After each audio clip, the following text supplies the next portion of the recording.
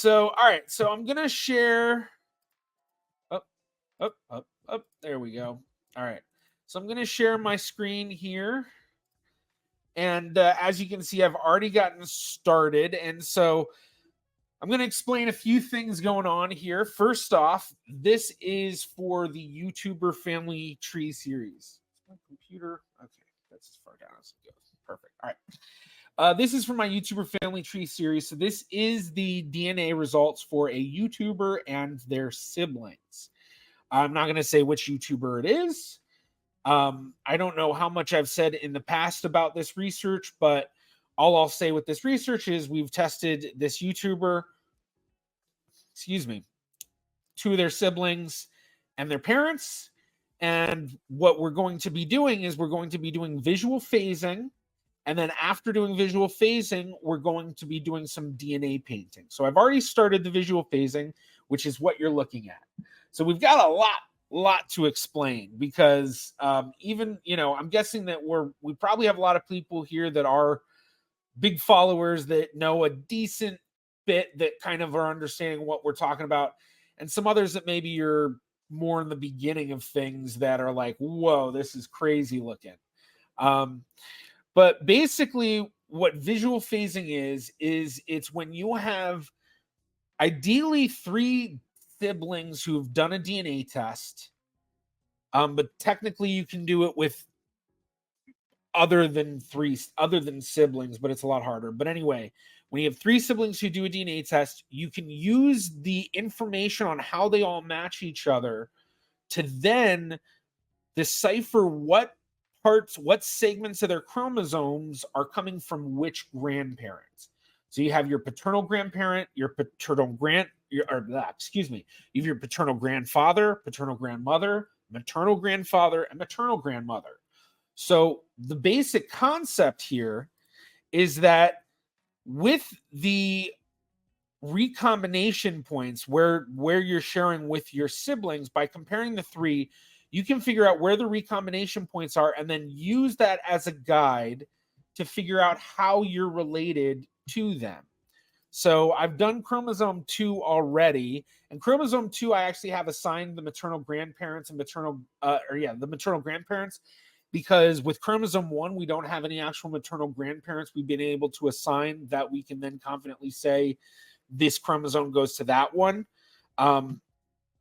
We'll get into this more, but the way the visual phasing is done, which is how I did it in the first one, you start with kind of general stuff, which will be that will be true. So let's make a copy. And so I'm going to kind of show, or actually, we're not going to waste time with that. We'll get a new one going for chromosome 3. Now, the hard part about what I'm going to be doing today and showing everyone is that there's going to be a lot of stuff I'm not going to be able to show because it's going to be stuff that can give away private information. But we're going to talk about just the general basics of how do we get this sort of thing going. So we are going to, let's see, I need to go to the home page.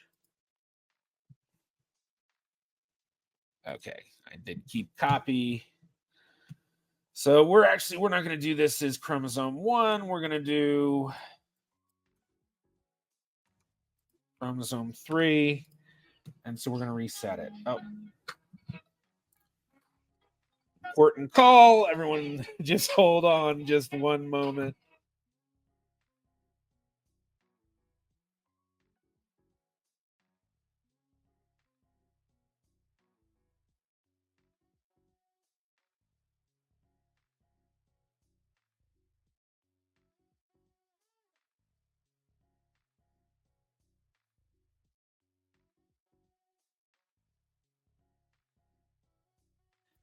Okay, sorry about that.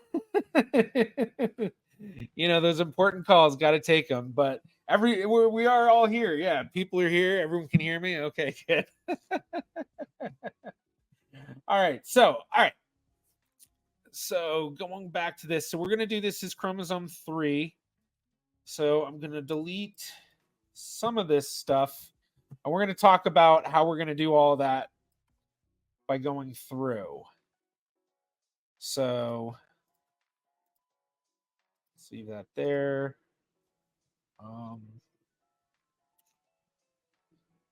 You know what I'm going to do? I always forget to do this, but let's do this.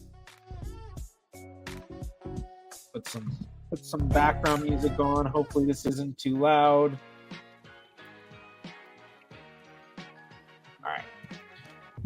All right. I think that's good. Okay, so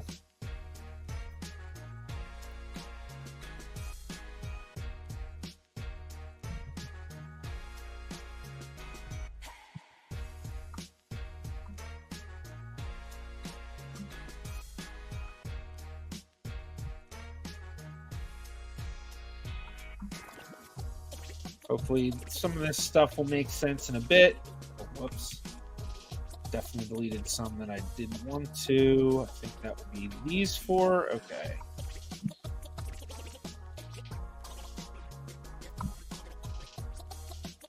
What is that?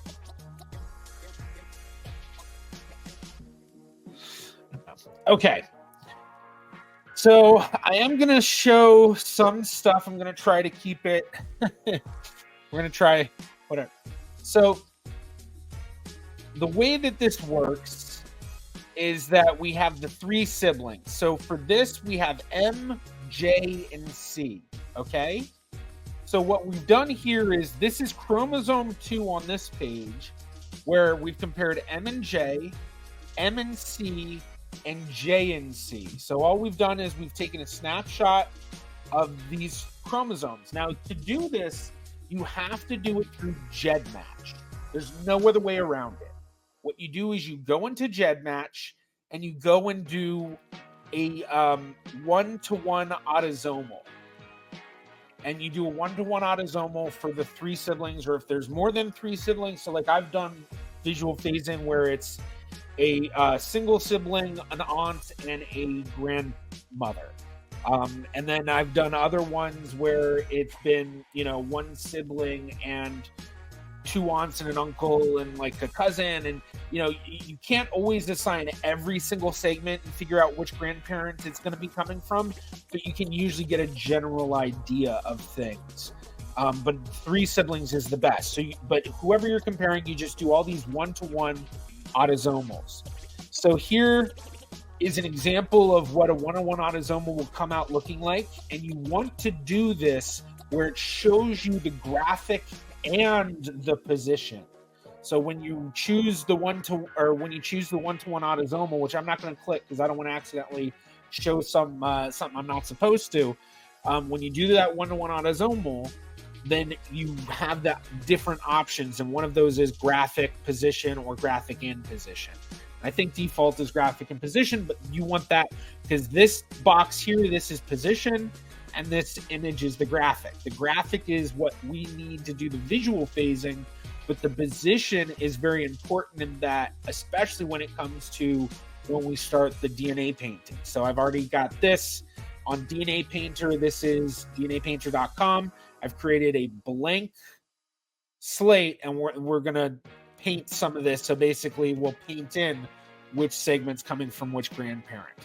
So as you can see with this one, chromosome 2, what we've done here is all we're doing is now that we've put the images in, we then take a line and we put a line where we see recombination points. So we see right here, recombination point, which I'm realizing now I need to explain a little bit more.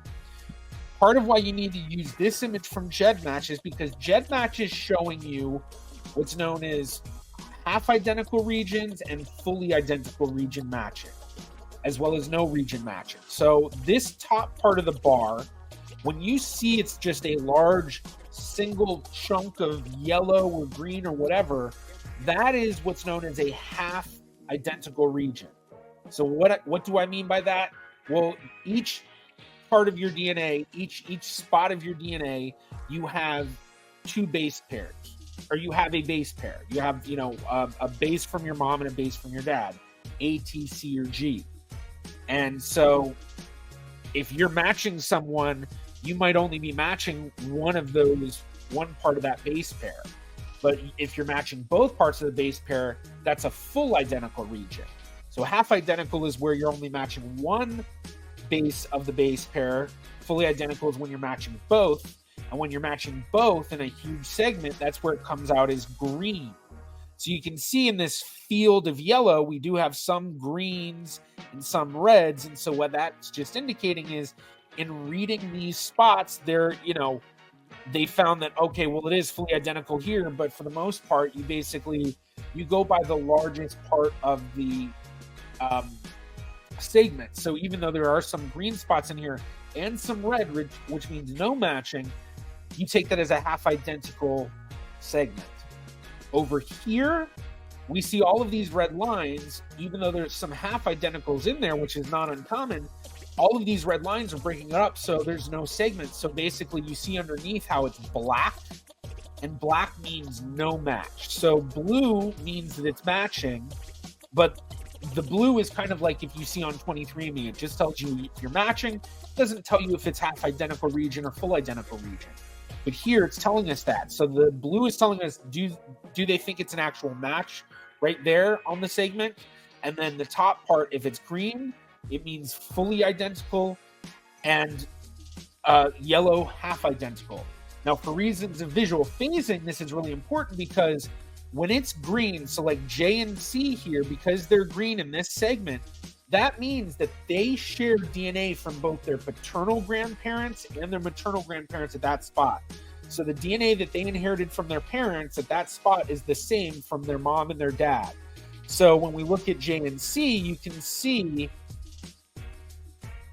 that it's actually, I have to correct it. See, part of the problem, and we'll get into this, is it's really difficult to kind of figure this stuff out because you have to get into it. So what it should be, and why we know that this is wrong, is J and C should be fully identical here. So they should have the same colors. So what's probably happening is because of this.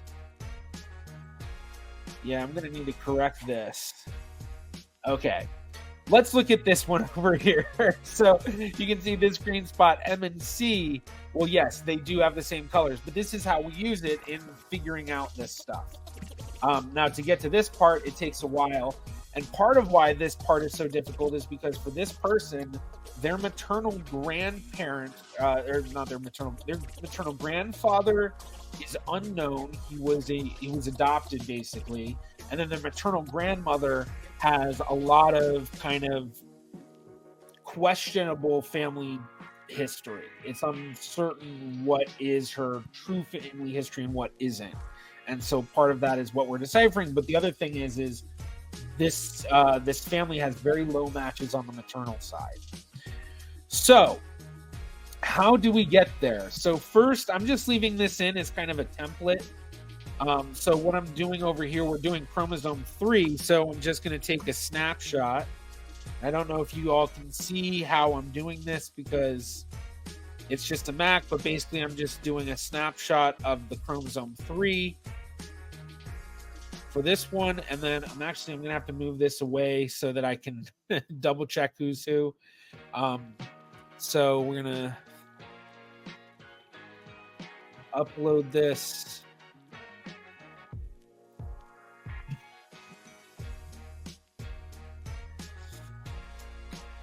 Okay, so we have it uploaded. I've added it in.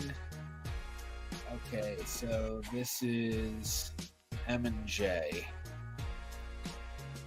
So I use this as a template because basically we just want to make sure that they're all about the same spot. So send them back, and then we delete that.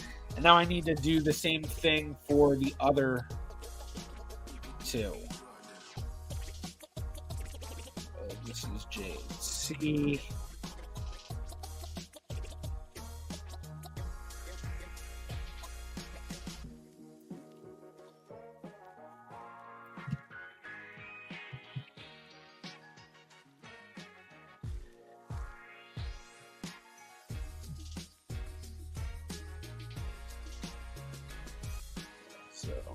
doing about the same thing here.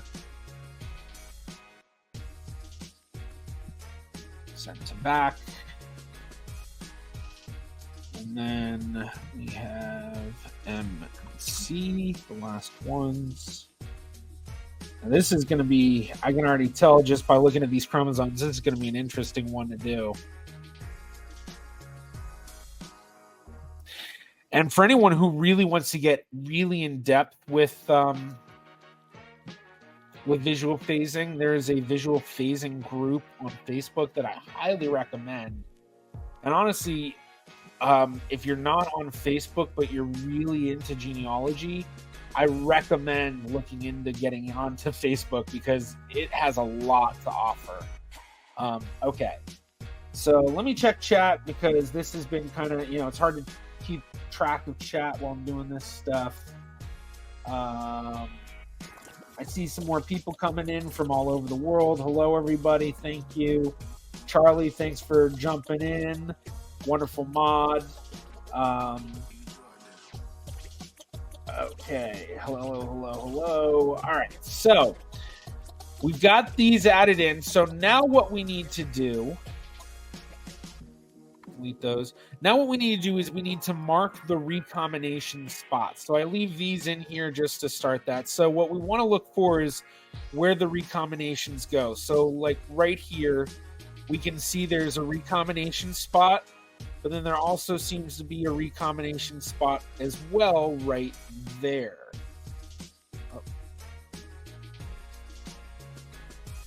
Now, I should mention I'm doing this in Canva. You don't have to do it in Canva.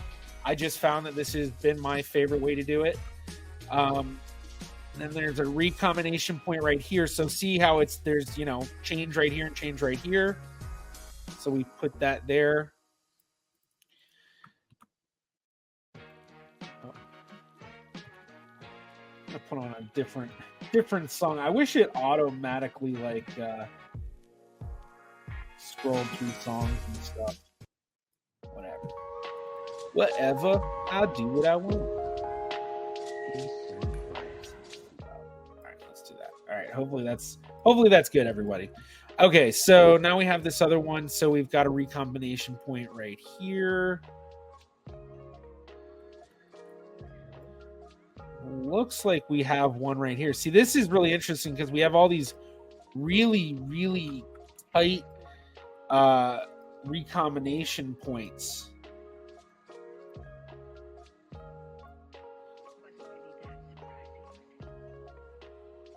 And it doesn't have to be perfect because these aren't always exact to scale.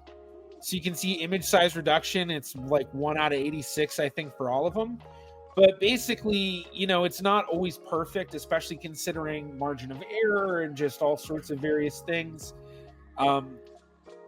So, yeah, even though it's not always it's not exact, the other thing I found is that there seem to be certain types of recombination points that you see where it'll get kind of muddled because there's multiple recombination points for multiple siblings. So it gets really difficult to really consider. So now that's a really strong one right there. And then that's basically it. That's all the recombination points we see in this one. So now what do we do? Well, now we label them because the labeling is going to help us in figuring out which segment is, who's it recombining in. So first off, the way to do it is basically you just look at where that is, and when you see M and J, M and C, J and C, well, you should always see 2 recombinations. Like in at least one of the 3 comparisons, there should be a recombination in 2.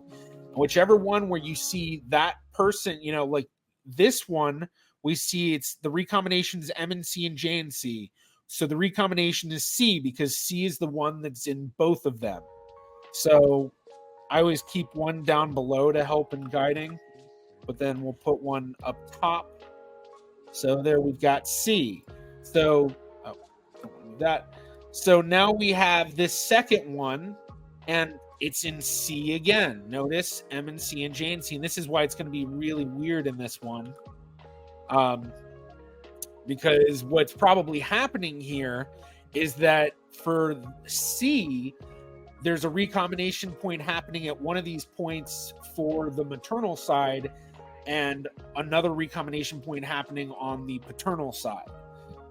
And then you kind of get something which looks kind of like over here, like how you see it's happening in this one in chromosome 2, which, I got to go through and double check that it's correct. But you can kind of see how right here in this little area, there's multiple recombination points between both M and C. So kind of the same thing going on here. So now we're going to go to this next recombination point, and this one's M and J and M and C, so it's an M. And, this is advanced genetic genealogy stuff, but this part of it is kind of easy. So it's like, well, I guess I shouldn't necessarily kind of easy, but it's not as difficult, I feel, as like when you look at it just slowly step by step. Once you're done with it, it's like, wow, that looks so cool. Even just kind of this part starting out, it's like, oh wow, it looks really cool. But it's really just simple. It's just, visually phasing the DNA.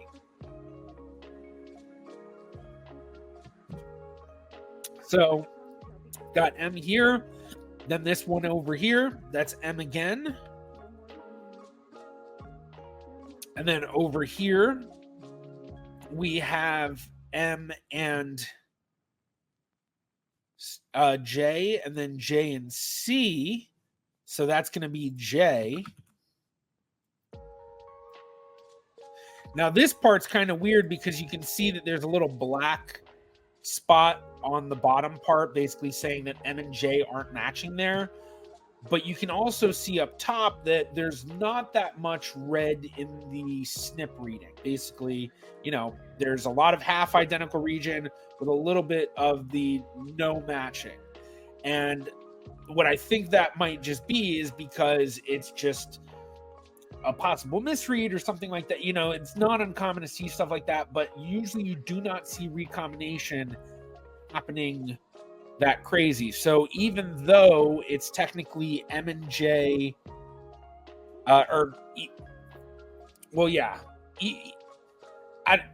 even though that it shows it no match there, it's something to consider of, okay, well, what else could be going on? Well, we have it marked here basically as a match. So with M and J and C, that's where the recombination is.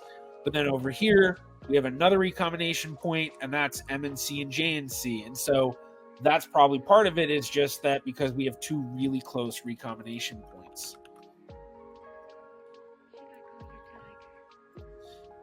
Now, I should mention, for anyone that wants to really learn a lot of this stuff too, when you like videos, Family History Fanatics did a lot of videos about this, a long series. Andy Lee did a lot, and it really great. I learned a lot from that series. Most of this I actually learned during when I went to the Genealogical Research Institute of Pittsburgh Advanced Genetic Genealogy course taught by Blaine Bettinger, which was the first time I realized, oh yeah, you could probably do it without testing 3 siblings, because for a long time that's how everyone thought of it, was, well, you have to have 3 siblings.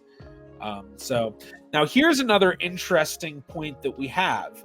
We have a recombination point happening for everybody right here. So look, the recombination point is M and J, M and C, and J and C here.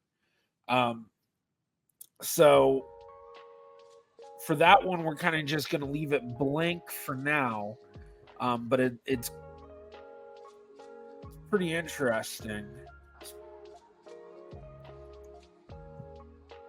So what we're probably looking at is a recombination point at about the same spot for at least two of the siblings. And then over here, it's much more straightforward though. M and C and J and C, so it's another C. Okay. So now we have it split up. So now, how do we assign things? Now, since I've already started to assign things, like I have, paternal grandma and grandpa and all of that already set, basically what when you have it that way already, what you have to do is you have to go through and figure out, okay, well, I have paternal grandparents as green, so I need to go and find my cousins that I have, I know through my paternal grandfather or through M's paternal grandfather here. And then for that, I need to see, where is it? Yeah, M's paternal grandfather. So I need to see, okay, well, on chromosome 3, am I matching any of them to M? And when I do that, I can then assign whatever that part is that color. But what we'll do is we'll take this is the first one we've done. So I'm actually going to have to go back in and edit stuff probably. But so we'll have to do one where it's the first one we've done. So basically just starting out. So first off, the way that I like to start is I like to start with one where, okay, we know 2 of the people are going to be sharing the same colors. So J and C here, they're fully identical for this entire thing. So that means that both J and C will have the same colors. So we can choose either color. So these 2 are going to be the maternals, or we're actually going to have to take this out because we're not going to know which side's paternal and maternal. So we're just going to, we're not going to know what's maternal, what's paternal, whatever. We're just going to choose a color. So we're going to choose this green color. I'm going to copy it. And so for here, I'm just going to choose. You just choose. You just say, okay, this is going to be this color. So this is starting from, pretending we haven't done any of the other chromosomes yet. So we're choosing that, and then we'll choose orange for the other color.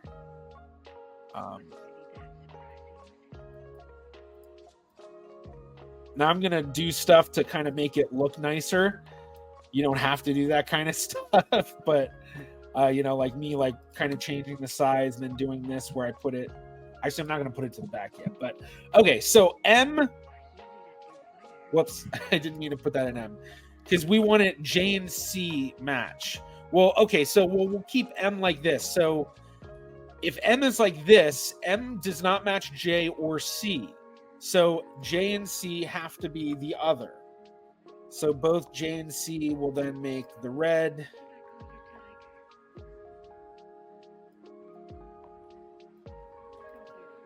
And the blue.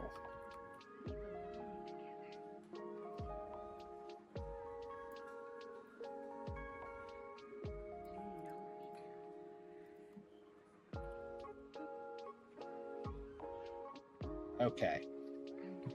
So that's all matched up. So now what we want to do is we want to basically see what we can kind of follow from here. And this is the part where it gets really hard, and it really gets kind of logic puzzly. And this is kind of one of the things where I honestly, a lot of times I'm kind of referring back to like, okay, well, what's the best method for this? Because especially when you're starting out, you basically just have to kind of choose which way to go. So even though we filled in both, we're going to focus only on one line here. So what we're going to focus on is we're going to focus on the one where we see the least amount of recombination up here. So we're going to start with J. Now remember, when you see a recombination point, that doesn't mean it's recombining on both sides. It just means that one side's recombining. So once you've got that recombination done, when you go to the other side probably won't see a recombination point. So with J, there's only one recombination point for the entire thing. So what we're going to do is we're going to extend these out because of that. So, but we're going to only focus on one.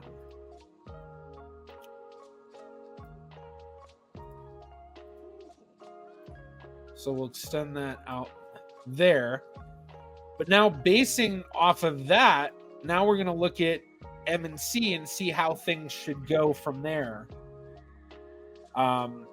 So with C, we have a recombination point there, but it's going to extend there because, well, now this is actually going to be weird because we have the recombination point for everybody here. So that throws a big throws a big thing into the loop. Because technically here we have MJ and C. Because, okay, so with M and J, they're half identical. And this is a difficult one to start with. I wonder if we should look at their other chromosomes. Let's see if there's any that are easier.